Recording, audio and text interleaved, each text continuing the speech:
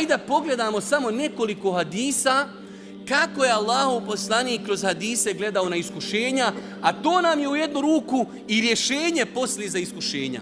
Prvi hadis koji bilježi imam Buharija, kaže Allahov poslanik, onaj kome Allah želi dobro, želi mu dobro, stavi ga na iskušenja. Allahu ekber. Znači, kada imaš iskušenje, to je pokazatelj da ti Allah subhanahu wa ta'ala želi dobro. Vidjet ćemo poslije kako. Jer pazite, uzmite jedno veliko pravilo. To što uzvišeni Allah nekoga iskušava, ne znači da ga mrzi.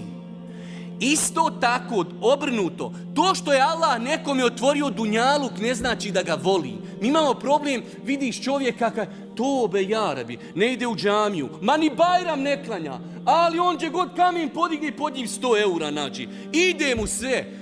Paša, to je njemu, to mu je iskušenje. To je njegovo iskušenje. Samo on to siromah ne konta da je iskušenje.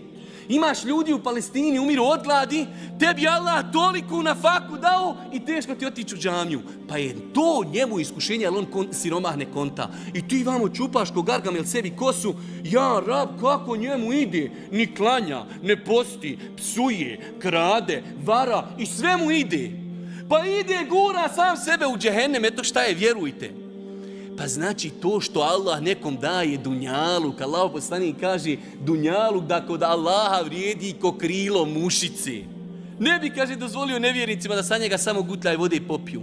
Pa to što Allah nekog iskuša ne znači nikako da ga mrzi i ne voli, a to što nekom dadne dunjaluk, zapamtite, ne znači da ga voli.